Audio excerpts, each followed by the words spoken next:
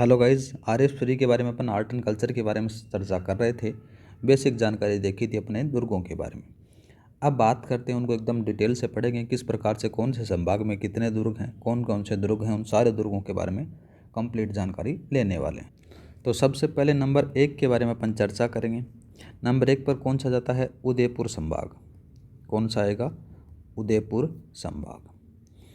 उदयपुर संभाग के अंदर से कौन कौन से दुर्ग हैं उनके बारे में अपन कंप्लीट चर्चा करेंगे। पहला बात करते हैं कुंभलगढ़। कौन सा जाता है गाइज? कुंभलगढ़ किला। कुंभलगढ़ किला कहाँ पर है? तो नाम याद रखना, ये राजसमंद में है। और राजसमंद कहाँ पड़ता है? उदयपुर संभाग में पड़ता है। दूसरा बात करते हैं, एक नाम आता है तोहन दुर्ग या फिर तोहन किला। ये भी राजसमंद में है। कहाँ है? राजसमंद में। ठीक है। तीसरा बात करते हैं, तीसरा जाता है मांडलगढ़। और मांडलगढ़ कहाँ है गाइज? भीलवाड़ा। कहाँ है? भीलवाड़ा। चौथा बात करते हैं, जो सबसे फेमस है, कौन सा जाता है? चित्तौड़गढ़। चित्तौड़गढ़ दुर्ग। चित्तौड़गढ़ दुर्ग कहाँ पर है? तो ये चित्तौड़गढ़ में है। ठीक है, चित्तौड़गढ़। चित्तौड़गढ़ के बाद में पांचवा जाता है बेंसरोड़गढ़। बेंसरोड़गढ़। और ये बेंसरोड़गढ़ कहाँ है? ये आ जाता है, ये भी चित्तौड़गढ़ में आएगा। ठीक है गाइज। छठा बात करते हैं, छठा कौन सा जाता है? सज्जनगढ़ का। यहाँ पर लिखो सज्जनगढ़। सज्जनगढ़ दुर्ग कहाँ पर है? ये उदयपुर में है। उदयपुर। नेक्स्ट बात करते हैं, इसी के साथ में एक और दुर्ग आता है। कौन सा आता है? सराड़ा का किला। सराड़ा का किला। सराड़ा का किला। सराड़ा का किला कहाँ है? ये आ जाता है गाइज सलूम्बर में। नया जिला बना है ना, उसके अंदर। आठवां बात करते हैं, आठवां कौन सा लिखोगे? गोगुंदा वाला। गोगुंदा दुर्ग या फिर गोगुंदा का किला है, वो दुर्ग है। ठीक है, ये कहाँ पर है? ये उदयपुर में है। उदयपुर। नौवां बात करते हैं, नौवां कौन सा जाता है? एक और अपन लिखे थे सलूम्बर का भी दुर्ग है, याद रखना। सराड़ा का किला जो सलूम्बर में है, यहाँ पर लिखो सलूम्बर दुर्ग। और ये सलूम्बर दुर्ग कहाँ है? ये सलूम्बर में है। कहाँ है गाइज? सलूम्बर के अंदर। 10वां बात करते हैं, 10वां कौन सा जाता है? एक पूछा जाता है ऊंटला या फिर ऊंटला का किला। ऊंटला का किला आरपीएससी ने पूछा हुआ है, याद रखना। ये कहाँ है? वल्लभ नगर में है। पूरा बता देता हूँ आपको, वल्लभ नगर। वल्लभ नगर। और वल्लभ नगर कहाँ पर? उदयपुर में आपसे पूछ सकता है। 10वां हो गया। 11वां बात करते हैं, एकलिंग। 10वां जाता है एकलिंग गढ़ है, याद रखना है। कौन सा है? एकलिंगगढ़। और एकलिंगगढ़ कहाँ है? ये उदयपुर में आ जाता है। 12वां बात करते हैं, तो 12वां जाता है, नाम लिखो यहाँ पर, आवड़गढ़। और आवड़गढ़ कहाँ है? ये भी उदयपुर में है। तो ये हैं गाइज उदयपुर संभाग के दुर्ग। तो ऐसे अपन 10 संभागों के बारे में पढ़ेंगे। 10 संभागों में कौन कौन से दुर्ग हैं और एकदम उनकी कंप्लीट चर्चा करेंगे। अब बात करते हैं कि एग्जाम ओरिएंटेड कौन कौन से इंपॉर्टेंट है। मतलब कि जितनी भी एग्जाम करवाती है आरपीएससी, चाहे first grade, second grade, RS, SI, सभी के अंदर से देखेंगे, बात करेंगे। तो कौन कौन से जो किले हैं जो सबसे ज़्यादा पूछे जाते हैं, उनके बारे में अपन थोड़ा सा ब्रीफ में देख लेते हैं। तो सबसे पहले एक हेडिंग डालो गाइज, नाम आ जाता है उदयपुर संभाग का। आता है कौन सा? चित्तौड़गढ़ का। पहले मैं इसके बारे में थोड़ी बहुत जानकारी दे चुका हूँ, याद रखना। चित्तौड़गढ़ दुर्ग। चित्तौड़गढ़ दुर्ग है कहाँ पर? ये आ जाता है, स्थान लिख लो यहाँ पर सबसे पहले। स्थान के बारे में बात करें तो चित्तौड़गढ़ में है। कहाँ है गाइज? चित्तौड़गढ़ के अंदर से बना हुआ है। दूसरा बात करें तो ये 2 नदियों के संगम पर बना हुआ है। कौन कौन सी हैं? उन नदियों का नाम याद रखना। एक तो नाम आ जाता है गंभीर या फिर गंभीरी भी बोल सकते हैं, गंभीरी। व दूसरा नाम आ जाता है बेड़च। बेड़च नदियों के संगम पर मतलब ये वहाँ मिलती हैं, वहाँ पर ये बना हुआ है। कहाँ बना हुआ है? पठार का नाम भी याद रख लेना, कभी कभार पूछ लेता है। मेसा के पठार पर, मेसा के पठार पर बना है। इतना समझ में आ गया? कहाँ है उधर दोबारा से बता देता हूँ। चित्तौड़गढ़ दुर्ग चित्तौड़गढ़ में बना हुआ है। गंभीरी और बेड़च नदियों के संगम पर बना हुआ है। और अरावली पर्वतमाला के विशाल श्रृंखला का नाम आता है, जिसका नाम आता है मेसा के पठार पर ये दुर्ग बना हुआ है। ये दोनों चीज़ें याद रखना, ठीक है। और बात करें इसी के साथ में, इसकी जो समुद्र तल से ऊंचाई है, ऊंचाई लिख लो यहाँ पर। ऊंचाई कितनी आ जाती है? 609 मीटर, ठीक है। ऊंचाई आपको पता चल गई तो लंबाई और चौड़ाई भी लिख लो यहाँ पर। लंबाई के बारे में बात करें तो ये कितने किलोमीटर लंबा है? ये याद रखना, 8 किलोमीटर लंबा है।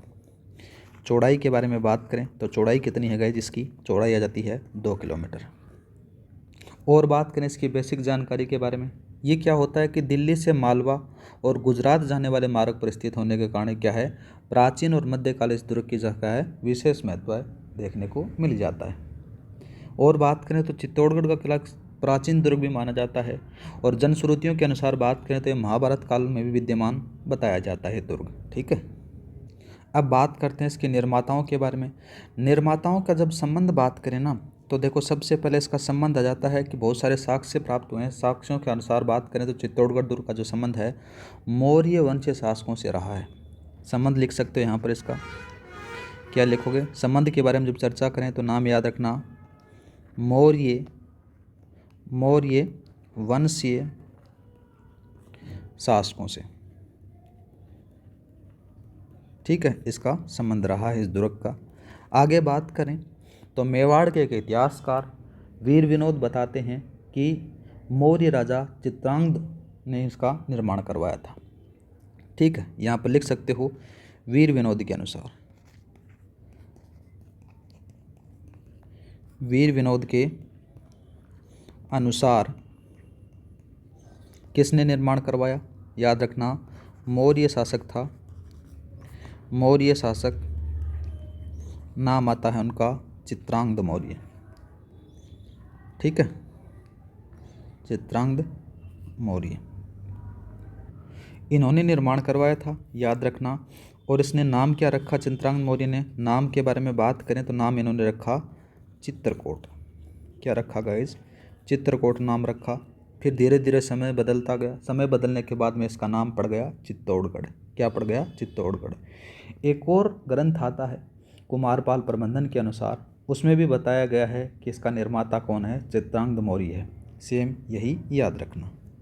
और बात करें ना गाइज इसी के बारे में थोड़ा सा, तो जब इस वंश से बोले तो मौर्य शासक था ना, मौर्य का जो अंतिम शासक था नाम आ जाता है मान मौर्य।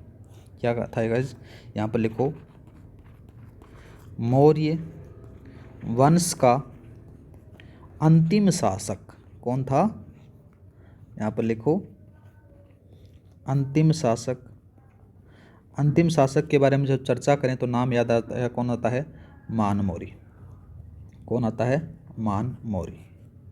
ये मौर्य शासक अंतिम था, याद रखना। इन्होंने क्या किया? एक तालाब का निर्माण करवाया था और वो तालाब आज भी यहाँ पर विद्यमान है गाइस, ठीक है। जब यहाँ पर मौर्य शासक खत्म हो जाता है उसके बाद में आता है गुहिल राजवंश। और गुहिल राजवंश का जो संस्थापक माना जाता है बप्पा रावल माना जाता है। इन्होंने क्या किया कि मौर्य शासक मान मौर्य को हरा दिया गया। कब हराकर? 8वीं शताब्दी आती है, लगभग 734 में चित्तौड़ पर अधिकार कर लिया जाता है, ठीक है। थोड़ा सा इसको मैप के अकॉर्डिंग बात बताता हूँ। देखो यहाँ पर, ये देखो थोड़ा सा, ये रहा, ये क्या है? ये है मौर्य शासक। मौर्य शासन है। मौर्य शासन यहाँ का जो अंतिम राजा है, कौन है? अंतिम राजा। अंतिम राजा का जो नाम आता है वो नाम कौन आता है? मान मौर्य। क्या है गाइज? मान मौर्य। मान मौर्य को इधर एक और राजवंश रहता है, नाम आ जाता है कौन सा? उसका नाम है, राजवंश का लिखो, गुहिल राजवंश। गुहिल राजवंश। गुहिल राजवंश का जो राजा रहता है उसका नाम आ जाता है बप्पा रावल। कौन रहता है? बप्पा रावल रहता है। वो क्या करता है? इसके ऊपर आक्रमण करता है। यहाँ पर उसका आक्रमण होने के बाद में यहाँ पर उसकी हार हो जाती है। इनके बारे में थोड़ा सा कंप्लीट लिख लो। ये क्या हो जाती है, इनकी हार होती है और ये बंदा जीत जाता है। इसकी जीत हुई। जीत होने के बाद में जो यहाँ का जो किला था, बोले तो दुर्ग था, उस दुर्ग पर अधिकार कर लेता है कौन, बप्पा रावल। तो यहाँ पर लिख लो गाइज, ये था क्या था, चित्तौड़गढ़। ठीक है, क्या था, चित्तौड़गढ़ था। ये चित्तौड़गढ़ था और चित्तौड़गढ़ पर अधिकार हो जाता है किसका, बप्पा रावल का। बप्पा रावल कब अधिकार होता है, तो याद रखना 8वीं शताब्दी थी। कौन सी थी, 8वीं शताब्दी। ठीक है, 8वीं शताब्दी। 8वीं शताब्दी कब, याद रखना 734 ईस्वी। कब, 734 ईस्वी के ऊपर बप्पा रावल इस पर अधिकार कर लेता है, यहाँ पर सिंहासन पर बैठ जाता है। बाद में समय बीतता जाता है। बाद में क्या होता है गाइज, एक परमार राजा होता है, नाम आता है मुंज। यहाँ पर लिख लो, परमार राजा। परमार राजा, परमार राजा का नाम था, क्या लिखोगे, मुंज था। ये चित्तौड़गढ़ पर अधिकार कर लेता है, गोहिल राजवंश को यहाँ से हटा देता है।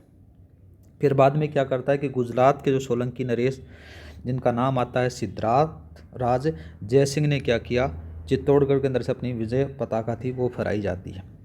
जब समय आता है, दोबारा से याद रखना, 12वीं शताब्दी का समय आता है। कौन से आता है, 12वीं शताब्दी। 12वीं शताब्दी के बारे में जब जिक्र करें, 12वीं शताब्दी के अंदर से जो कुहिल राजवंश था वो दोबारा से इसके ऊपर अधिकार कर लेता है। तो यहाँ पर लिखो गाइज, 12वीं शताब्दी में पुनः गुहिल राजवंश का शासन चित्तौड़ पर या फिर चित्तौड़गढ़ पर हो जाता है। ठीक है, मतलब कि पहली बार हार जाते हैं, दूसरी बार ये दोबारा से आ जाते हैं। और उसकी खास बातों के बारे में बात करें तो आपसे एग्जामिनर पूछ सकता है कि चित्तौड़गढ़ दुर्ग के ऊपर से कौन कौन से राजवंशों का आधिपत्य रहा, उनके बारे में बात करते हैं। ठीक है, तो नंबर 1 पर आता है मौर्य शासक का नाम, कौन सा आता है, मौर्य राजवंश। मौर्य राजवंश के बाद में दूसरे नंबर पर कौन आता है, दूसरे नंबर पर आता है प्रतिहार। प्रतिहार के बाद में तीसरा बात करें तो तीसरा आ जाता है परमार सोलंकी। कौन सा आता है, परमार सोलंकी। और चौथा बात करें तो एक आ जाता है खिलजी। खिलजी। और पांचवा बात करें तो एक और नाम आ जाता है सोनगरा। कौन सा लिखोगे, खिलजी हो गया। खिलजी के बाद में एक और लिखो, यहाँ पर नाम आता है सोनगरा चौहान। इनका भी यहाँ पर आधिपत्य रहता है। ठीक है, सोनगरा चौहान के बारे में बात करें तो एक और आ जाता है मुगल शासक। मुगल शासक, इनका इसके ऊपर आधिपत्य रहता है, लेकिन जो सर्वाधिक रहता है उसको स्टार लगा लेना, स्टार लगा कर लिख सकते हो आप यहाँ पर, कौन सा, 7वां। यहाँ पर आता है गोहिल राजवंश। गोहिल राजवंश का ज़्यादा इस पर शासन रहता है, याद रखना। ठीक है, तो ये क्या जाता है, ये चित्तौड़गढ़ पर शासन किए हुए राजवंश हैं, मौर्य राजवंश, प्रतिहार, परमार, खिलजी, सोनगरा, मुगल शासक, और एक आता है गोहिल राजवंश। जो गोहिल राजवंश है वो सबसे ज़्यादा इंपॉर्टेंट है, इसको मैंने स्टार भी लगाया है, याद रखना। ठीक है, अब बात करते हैं, मेवाड़ का एक शासक था, नाम था राणा कुंभा। राणा कुंभा था, उसको क्या है कि जैसे बहुत सारी चीज़ें बनाने का शौक़ हुआ करता था, मंदिर बना दिए गए, भवन निर्माण कर दिया गया, दुर्ग बना दिए गए। इस बंदे का उसके अंदर से बहुत ज़्यादा इंटरेस्ट रहता है। जब ये क्या करता है, इस चित्तौड़गढ़ दुर्ग का भी जीर्णोद्धार करवाता है, बोले तो निर्माण करवाता है इसके बारे में। तो याद रखना, मेवाड़ के शासक, इसके बारे में चीज़ें लिखा देता हूँ, जो चीज़ें नहीं रही आपके साथ में याद, वो सारी चीज़ें लिखा देता हूँ। मेवाड़ के शासक, मेवाड़ के शासक नाम याद रखना, राणा कुंभा। राणा कुंभा। राणा कुंभा क्या करता है, इनका जो शासनकाल रहता है 1433 से लेकर 1468 के मध्य, ये चित्तौड़गढ़ दुर्ग का जीर्णोद्धार करवाते हैं। चित्तौड़गढ़ दुर्ग को जीर्णोद्धार करवाते हैं, मतलब उसकी जो टूट फूट रहती है उसको ये दोबारा से सही करवाते हैं, कुछ नई चीज़ें बनाते हैं, वो याद रखना। ठीक है। जैसे उसके जो दरवाजे थे उन दरवाज़ों को बड़ा करवा दिया गया, उनकी जो दीवारें थी उन दीवारों को उन्नत कर दिया गया और ऐसा दुर्ग बना दिया गया कि उसको भेदना नामुमकिन सा साबित होने लगा था। मतलब एक बढ़िया स्वरूप राणा कुंभा के द्वारा चित्तौड़गढ़ को प्रदान किया गया गाइस।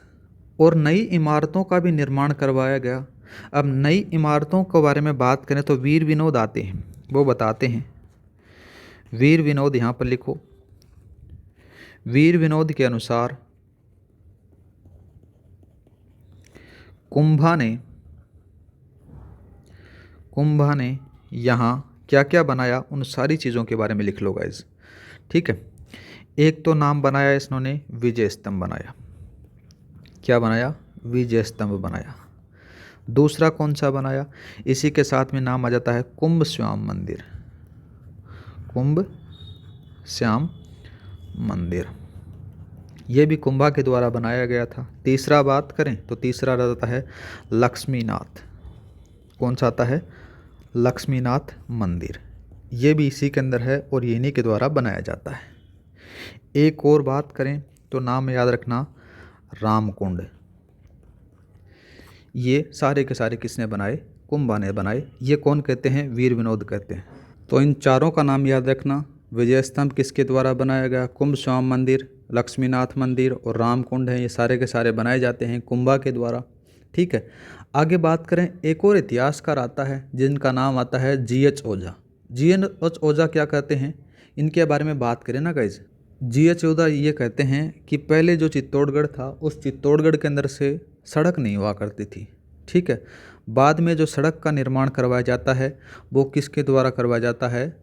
ये कुंभा के द्वारा करवाया जाता है। ठीक है। और जो किले था उस किले के अंदर से पहले 4 दरवाजे थे और बाद में 7 प्रवेश द्वार बनाए गए थे। इनके बारे में भी याद रख लेना। यहाँ पर एक इतिहास का नाम आता है GH ओझा। ठीक है। GH ओझा के अनुसार बात करें तो GH ओझा के अनुसार दुर्ग में सड़क, ठीक है, दुर्ग में क्या बनाई? सड़क का निर्माण करवाया। इसे सड़क को एक नाम और लिखा जाता है, नाम याद रखना रथ मार्ग। रथ मार्ग का निर्माण कौन करवाता है? कुंभा करवाता है। ये कौन कहता है? ये कहता है GH ओझा। पहले इसके अंदर से सड़क नहीं थी, मतलब रथ आने जाने के लिए कोई रास्ता नहीं था, छोटे छोटे गलियां थी, मतलब उसको एक सीक्वेंस रूप से रास्तों का निर्माण किसने करवाया? कुंभा ने करवाया। और ये कौन कहते हैं? एक इतिहासकार आता है जिनका नाम था GH ओझा। ठीक है। अब बात करते हैं इसी के बारे में। एक चीज़ और बोली थी मैंने कि 7 दरवाज़ों का निर्माण करवाया था, तो इसके प्रमुख दरवाजे हेडिंग डाल लो यहाँ पर, प्रमुख द्वार। प्रमुख द्वारों के अंदर से कौन कौन से थे? सबसे पहला नाम आ जाता है, कौन सा लिखोगे गाइज? नाम लिखो पांडनपोल। पांडनपोल के बारे में थोड़ा सा मैं बता देता हूँ। पांडनपोल ये था जो प्रथम दरवाज़ा माना जाता है। ठीक है। इस दुर्ग का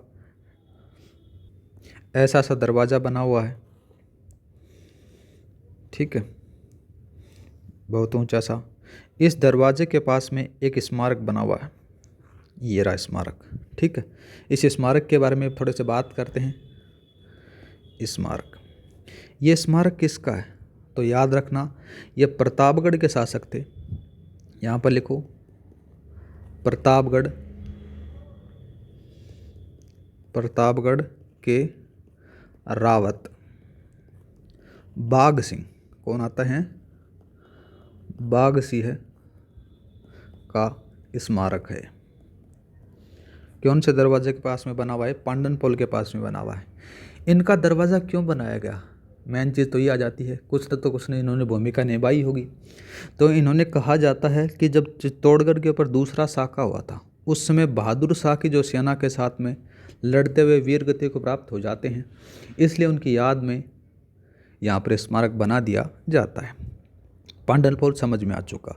दूसरा बात करते हैं। दूसरा लिखो गाइस, कौन सा आता है? दूसरा लिखो भैरवपोल। भैरव पोल। भैरव पोल के बारे में चर्चा करते हैं। तो यहाँ पर आ जाता है भैरव पोल। इन्होंने के पास में भी कोई एक स्मारक बना हुआ है, उस स्मारक का नाम भी याद रख लेना। एक आ जाता है वीर भैरव। वीर भैरव सी है सोलंकी। सोलंकी का स्मारक है यहाँ पर। इन्होंने भी कुछ महान कार्य किया होगा, इसलिए बनाया गया है। ये आ जाता है गाइस, याद रखना, स्मारक। ठीक है। तीसरा प्रमुख दरवाज़ा और लिख लो गाइस। तीसरा कौन सा लिखोगे? नाम लिखो यहाँ पर हनुमान पोल। ठीक है, हनुमान पोल के बारे में चर्चा करते हैं। हनुमान पोल क्या खास है? हनुमान पोल के बारे में बात करें तो देखो, ये हनुमान पोल ही एक दरवाज़ा है। भैरव पोल या हनुमान पोल दोनों एक ही नाम आ जाते हैं। क्यों आते हैं उसी के बारे में चर्चा करें तो गाइस देखो क्या होता है। यहाँ पर एक छोटा सा दरवाज़ा बना हुआ है। ये वीर भैरव है ना, यहाँ पर लड़ते हुए शहीद हो जाते हैं, तो उनकी याद में एक दरवाज़ा बना दिया जाता है छोटा सा। ये तीसरा हनुमान पोल आ जाता है। ज़्यादा कोई खास इसके अंदर से है नहीं। आगे बात करें तो देखो, इन दोनों ऐतिहासिक दरवाज़ों के मध्य क्या होता है कि अकबर की सेना के साथ में कड़ी टक्कर होती है। किन किन के मध्य? जयमल मेड़तिया जो 6 खंबे की छतरी बनी हुई है, और कल्लाजी राठौड़ जिसकी 4 खंभों की छतरियाँ बनी हुई हैं। ठीक है, यहाँ पर 2 याद रखना, 2 चीज़ें बनी हुई हैं। एक तो नाम याद रखता है जयमल मेड़तिया। क्या नाम आता है? जयमल मेड़तिया। जयमल मेड़तिया की छतरी है, याद रखना, 6 खंबे की। कितने खंबे की है? 6 खंबे की छतरी। ठीक है, छतरी बनी हुई है। दूसरी आ जाती है, एक और आ जाती है, नाम लिखो यहाँ पर कल्लाजी राठौड़। कल्लाजी राठौड़। यहाँ पर क्या है? 4 खंभों की छतरी बनी हुई है। 4 हाथों वाले देवता भी कहा जाता है। जब अपन आगे पढ़ेंगे तो उनकी सारी चीज़ों के बारे में देखेंगे। 4 खंभों की छतरी यहाँ पर बनी है। कहाँ पर है ये? हनुमान पोल के पास में आपको देखने को मिल जाती है। ये क्या करते हैं? इन्होंने भी कुछ महान कार्य किया होगा। समय बताया जाता है 1567 और 1568 के मध्य। अकबर इस पर आक्रमण करता है, इस दुर्ग के ऊपर, और ये अपनी बढ़िया वीरगति से, मतलब सीधी सी बात ही आ जाती है, वीरगति को प्राप्त हो जाते हैं दोनों लोग, जयमल मेड़तिया और कल्लाजी राठौड़। किसकी रक्षा करते हुए? ये चित्तौड़गढ़ दुर्ग की रक्षा करते हुए यहाँ पर शहीद हो जाते हैं, और उन्हीं की याद में यहाँ पर ये छतरियाँ बनाई गई हैं। जयमल मेड़तिया और कल्लाजी राठौड़। कहाँ पर? हनुमान पोल के पास। फिर बात करें, एक और, कितने हो गए? 3 हो गए। चौथा लिखो आप। चौथा दरवाजा आता है गणेश पोल। कौन सा आएगा? गणेश पोल। 5वां लिखोगे, कौन सा आएगा? जोड़ला पोल। जोड़ला पोल। छठा बात करें तो छठा कौन सा आएगा? यहाँ पर लिखो, नाम लिखा जाता है लक्ष्मण पोल। और 7वां दरवाजे के बारे में बात करें तो नाम आता है राम पोल। ये 7 दरवाजे हैं इस दुर्ग के। जब बात करें अपन किसके बारे में? राम पोल के बारे में थोड़ा सा चर्चा कर लेते हैं। थोड़ा यहाँ पर लिखो राम पोल। राम पोल के पास में एक स्मारक बना हुआ है। स्मारक किसका है? याद रखना, नाम आ जाता है फत्ता का। फत्ता, या फिर कहीं आपको देखने को मिलेगा फत्ता सिसोदिया का। ठीक है, फत्ता सिसोदिया का स्मारक है रामपोल के पास। अब इनका क्यों बनाया गया, इन्हीं के बारे में बात करते हैं। जब तीसरा साका होता है चित्तौड़गढ़ के अंदर से, तो याद रखना एक चीज़, तो मेन चीज़ ये आ जाती है कि 3 साके होते हैं चित्तौड़गढ़ के अंदर से। वो साकों के बारे में पहले की वाली क्लास में कंप्लीट कर चुका हूँ, और कब कब हैं वो आगे मैं डिटेल में बता दूंगा, कोई दिक्कत नहीं है। जब तीसरा साका होता है तो इन्होंने बलिदान दे दिया था अपना, और उस बलिदान के कारण क्या होता है, यहाँ पर उनका स्मारक बनाया जाता है रामपोल के पास में फत्ता सिसोदिया का। ठीक है, अब थोड़े से इसके बारे में चर्चा करते हैं। देखो, ये दुर्ग है। इस दुर्ग के बारे में बात करें तो इस दुर्ग का ये उत्तरी हिस्सा है, ये दक्षिणी हिस्सा है। ठीक है, यहाँ पर लिख सकते हो उत्तरी हिस्सा, दक्षिणी हिस्सा, और ये पूर्व और ये पश्चिम आ जाता है। ये दुर्ग है, दुर्ग। अब इनके बारे में थोड़ी सी खास बात बता देता हूँ। इसका जो मेन दरवाज़ा है ना, कौन सा दरवाज़ा है? मेन दरवाज़ा जो कौन सी साइड में खुलेगा गाइज? ये इस साइड में खुलता है। ठीक है, ये दरवाज़ा इस दरवाजे का नाम क्या है? इस दरवाजे का नाम याद रखना सूरज पोल है। तो इनके बारे में लिख सकते हो आप, मुख्य दरवाज़ा, मुख्य दरवाज़ा, और मुख्य दरवाजे का नाम आ जाता है सूरज पोल। क्या आएगा गाइज? सूरज पोल आता है। और बात करें इन्हीं के बारे में थोड़ा सा, जब अपन चलते हैं कौन कौन सी दिशाओं की तरफ से, उत्तर और दक्षिण, इस तरफ और इस तरफ बात करते हैं, तो कुछ कुछ खिड़कियाँ बनी हुई हैं, ठीक है, जिसके अंदर से उत्तर की तरफ जो खिड़की है ये भी थोड़ी सी फेमस मानी जाती है। ये जो खिड़की आ जाती है यहाँ पर लिख सकते हो आप खिड़की। इस खिड़की का नाम क्या है? खिड़की का नाम भी याद रखना, नाम आ जाता है लाखोटा, लाखोटा खिड़की, या फिर लाखोटा की बारी इसको कहा जाता है। इतना समझ में आ चुका होगा। चित्तौड़गढ़ दुर्ग के बारे में अपन चर्चा कर रहे हैं गाइस। अगर देखने लायक बात करें तो चित्तौड़गढ़ दुर्ग में सबसे फेमस माना जाता है, अगर आर्ट एंड कल्चर के हिसाब से, तो अनूठा उदाहरण आपको देखने को मिलेगा, नाम आता है विजय स्तंभ। हेडिंग डालो यहाँ पर, विजय स्तंभ, विजय स्तंभ। इसके बारे में अपन पूरी की पूरी डिटेल देखने वाले हैं। तो क्या खास है विजय स्तंभ के बारे में? तो यहाँ पर याद रखना, यह 9 खंडों में, कितने में? 9 खंडों में बना है। और बात करें ऊंचाई, ऊंचाई तो याद कर ही सकते हो इसकी, कितनी आ सकती है? 122 फीट ऊंचा है, ठीक है गाइज। और बात करें तो इसको कहाँ कहाँ पर यूज़ किया गया है? राजस्थान पुलिस का प्रतीक चिन्ह या फिर राजस्थान पुलिस का लोगो यहाँ पर यूज़ करना देखने को मिला है, राजस्थान पुलिस, ठीक है, राजस्थान पुलिस लोगो हुआ है। दूसरा बात करें तो एक आ जाता है माध्यमिक शिक्षा, वो भी किताबों पे देखते होंगे ना आप, माध्यमिक शिक्षा,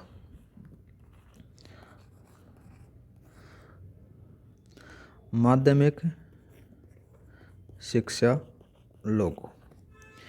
एक और लिख लो आप यहाँ पर, शिक्षा विभाग का प्रतीक चिन्ह, शिक्षा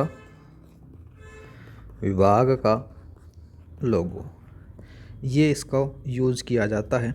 याद रखना इन दोनों तीनों चीज़ों के बारे में। अब बात करें तो राजस्थान का प्रथम इमारत है जिस पर 1 रुपये की टिकट का जारी की गई थी। तो इन सारी चीज़ों के बारे में लिख लो। राजस्थान की